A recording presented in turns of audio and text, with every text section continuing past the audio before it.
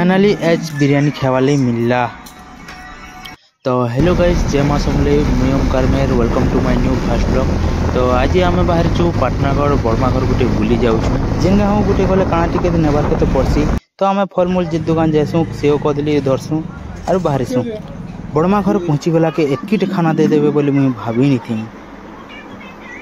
बड़माघर बाहरी आसी पलि आसूँ शॉपिंग कर दुकान गुटी के दुकान एंता मेरा देखिक मोर जीवन है तो मुझे फोटो गुटे दुटा उठे नेसी। जीन्स टे ट्राई करते मोर चश्मा जैसे भांगी। आज आमके बिरयानी खावाले मन लगुच तो आम दुकान के पलि आसूँ बिरयानी चल बिरयानी धरिक घर के पलि आसूँ। आम घर के आसला बिरयानी रांधवार लगे आम तुमसे काटिक आरंभ कर देसी।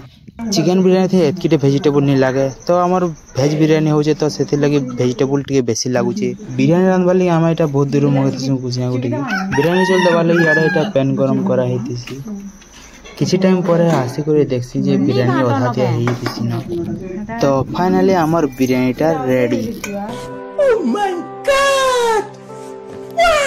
जल्दी करी मोर भाग आनी मुझे खेई देसी पहला।